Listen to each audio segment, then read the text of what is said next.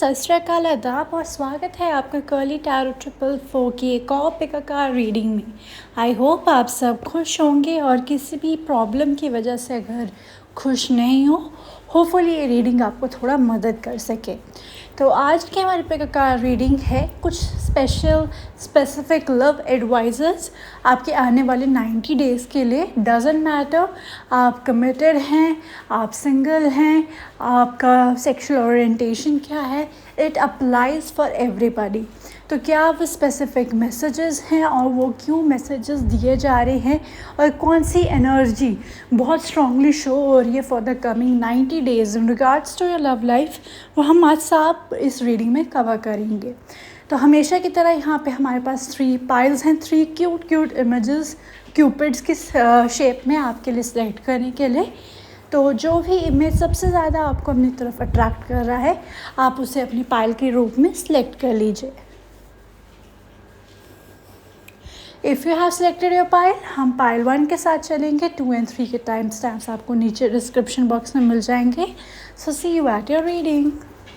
Hi my pile number 1, जिन्होंने भी यहाँ पे फर्स्ट इमेज को चूज़ किया है, अगर बात करें आपके लिए क्या एनर्जी है सबसे ज़्यादा इम्पॉर्टेंटली जो आ रही है, वो आ रही है जाने देने की।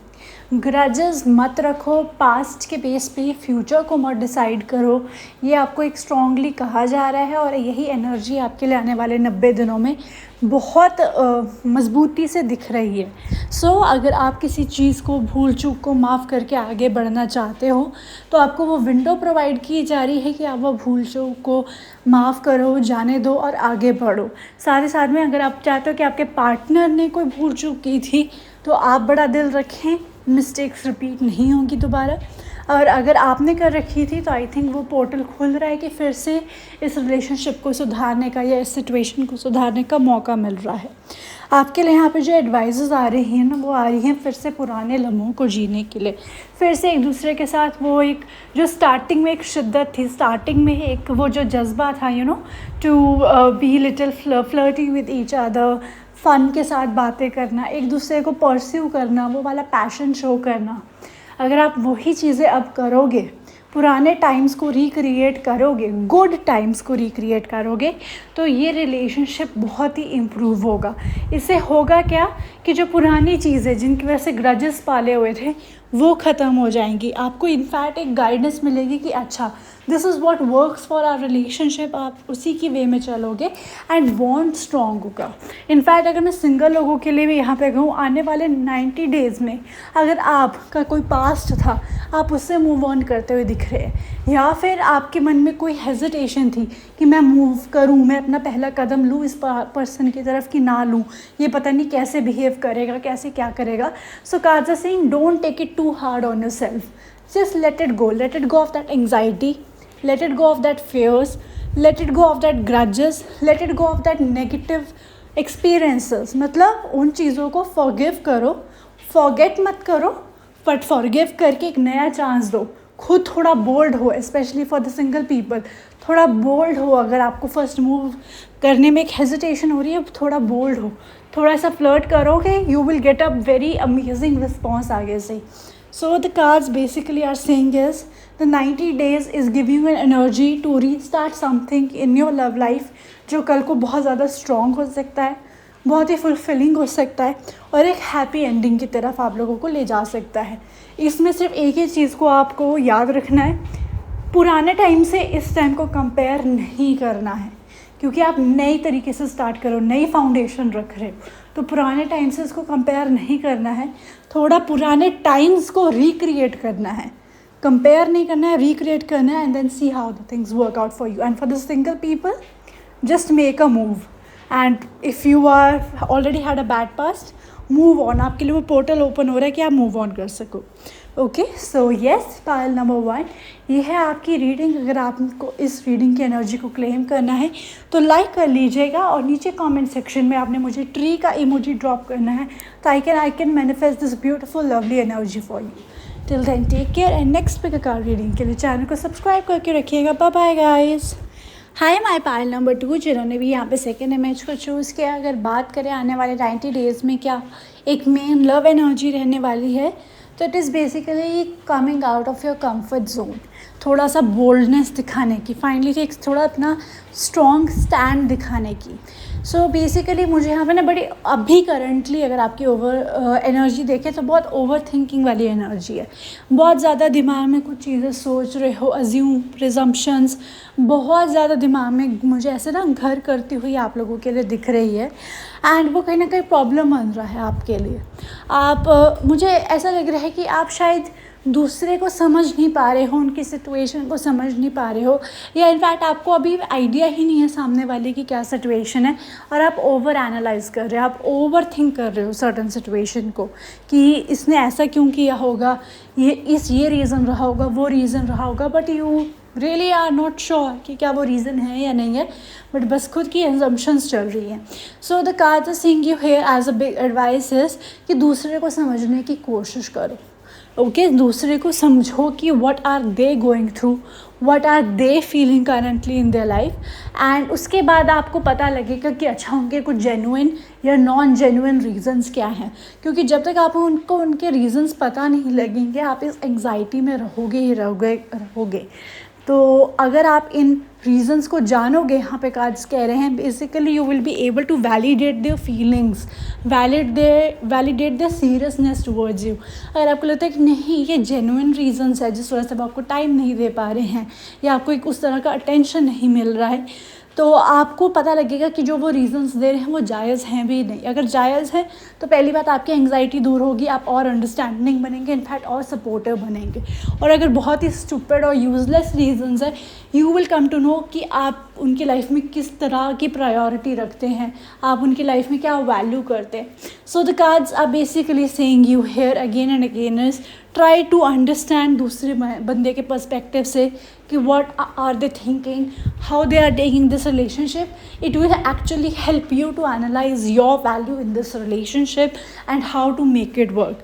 बिकॉज मुझे यहाँ पे दिख रहा है कि अगर आप अकेले ही अज्यूम करते रहोगे तो ओवर एंग्जाइटी होगी, स्ट्रेस बढ़ता हुआ दिख रहा है बहुत लोगों के लिए, बहुत ही ज़्यादा एक नेगेटिव थिंकिंग लूप होल में जाते हुए दिख रहे हो मुझे यहाँ पे। एंड अगर आपको एक जब पता चल जाएगी ना इन्फॉर्मेशन की what is the thing, what is the reasons why they are behaving in a certain way, finally एक तो आपकी एंग्जाइटी काम डाउन होगी और आपको इनफैक्ट एक मोटिवेशन मिलेगा either to work for this relationship और either to move out of this relationship. क्योंकि जो भी fact they are going to spit out कि why I am not investing, या क्यों मैं अभी बिजी हूँ, या मैं क्यों बात नहीं कर पा रहा हूँ, या मैं क्या रीजंस हैं I am not contributing in the relationship या showing interest, you will come to know that is it really worth it to stay और टू लेट गो। सो आपको यहाँ पे बेसिकली ये कहा जा रहा है थोड़ा सा स्ट्रॉन्ग हो, थोड़ा बोल्ड हो। बिकॉज आपको क्यों यहाँ पे बोल्ड और स्ट्रॉन्ग होने को कहा जा रहा है, क्योंकि हमेशा हमारी कोई सुने ये हमारे लिए बहुत कन्वीनियंट होता है, पर जिससे हम नाराज़ चल रहे हैं हम उसके हिसाब से सोचें कभी कभार हमारे लिए बहुत अनकंफर्टेबल होता है। और जब हम अनकंफर्टेबल सिचुएशन में पैर रखते हैं तो हमें बहुत ज़्यादा ब्रेव होना पड़ता है। तो आपकी आने वाली 90 डेज़ की लव एनर्जी है ब्रेवरी की। आपको बोल्ड होने को कहा जा रहा है कि go make that move to be in the shoes of the other person. आपके चाहने वाले के आप शूज़ में पैर रखो और फिर देखो। It also applies for the single people as well, क्योंकि अगर आप किसी को परस्यू करना चाह रहे हो या कोई आपका क्रश है या कोई आपको परस्यू करना चाह रहा है, आपको बहुत ही ईजिली पता लग जाएगा उनके इंटेंशंस अगर आप उनके हिसाब से सोचो और उसके लिए उन्हें कन्फ्रंट करो। Okay, so yes, pile number 2 ये है आपकी रीडिंग। फिर इस रीडिंग की एनर्जी को आपको क्लेम करना है, ब्रेवरी को क्लेम करना है, तो लाइक का बटन दबा दीजिएगा और मैं मैनिफेस्ट कर सकूँ ये वंडरफुल ब्रेवरी वाली energy to finally find your worth. इसके लिए आपने मुझे ड्रॉप करना है नीचे लायन का emoji in the comment section so I can identify you. Till then take care and next pick का रीडिंग के लिए चैनल को सब्सक्राइब करके रखिएगा। Bye bye guys. Hi my pile number 3 जिन्होंने भी यहाँ पे थर्ड इमेज को चूज़ किया है, आपकी रीडिंग की एनर्जी काफ़ी स्ट्रॉन्ग है और काफ़ी आपसे ही ज़्यादा रिलेटेड मुझे दिख रही है। अगर मैं यहाँ पे आपकी main love energy for the coming 90 days कहूँ तो वो करेज की है। और वो करेज किस चीज़ का है? अपने आप को प्यार करने का। दूसरे को तो हम बहुत जल्दी प्यार कर देते हैं, दूसरे को तो हम बहुत जल्दी माफ़ कर लेते हैं, पर हम खुद के साथ सबसे ज़्यादा डिफ़िकल्ट होते हैं। ठीक है, आपने एक रेड कलर की शर्ट पहनी है, दूसरे को चाहे फ़र्क भी ना पड़ रहा हो कि उसमें एक छोटा सा छेद है, बट आप कॉन्शियस होकर घूमते रहोगे पूरा दिन, हाय किसी ने देख लिया तो क्या हो जाएगा, कोई मेरा मजाक तो नहीं उड़ा देगा, लोग मेरे बारे में क्या सोचेंगे। सो एक सेल्फ क्रिटिकल होना, it's very natural but at the same time it's very unhealthy guys. और within the 90 days of time frame आपको यही कहा जा रहा है कि आप गलत कर रहे हो, आप शायद किसी गलत पर्सन में इन्वेस्ट कर रहे हो ये सोच के कि आपकी वर्थ उतनी नहीं है। एंड ये भी हो सकता है कि आपको लगे कि शायद ये नहीं तो कोई नहीं।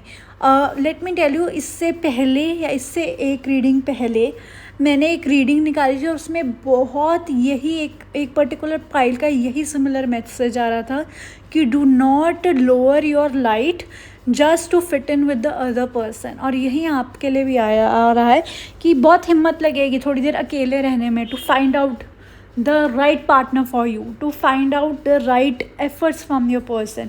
इनफैक्ट अगर जो लोग ऑलरेडी रिलेशनशिप में है या मैरिज सिचुएशन में है, आपको अभी ये नहीं कहा जा रहा है कि आप ब्रेकअप ही कर लो, but the causing stop sharing, stop over sharing, stop over giving, stop being so adjusting every time. हमेशा खुद ही हम समझाएंगे, हम खुद ही समझ जाएंगे, हम खुद ही सैक्रिफाइस कर लेंगे, हम खुद ही कॉम्प्रोमाइज़ कर लेंगे, कोई बात नहीं, चलता है काजा से ही नहीं चलता है। पहले खुद को इम्पोर्टेंस दो, you know what is bare minimum for you in terms of love. अगर आप अपने पार्टनर के साथ वैसा ही बिहेव करो जैसा वो कर रहे हैं तो क्या आपको उनको चलता या नहीं चलता, या आप उससे खुश होते या नहीं होते। So you have to really value yourself as a person, or if you are open to even think about next relationships, you should, because Kaza Singh कि एक बेटर पर्सन आपके लिए अवेलेबल है अगर आप बेटर पर्सन का वेट कर रहे हैं।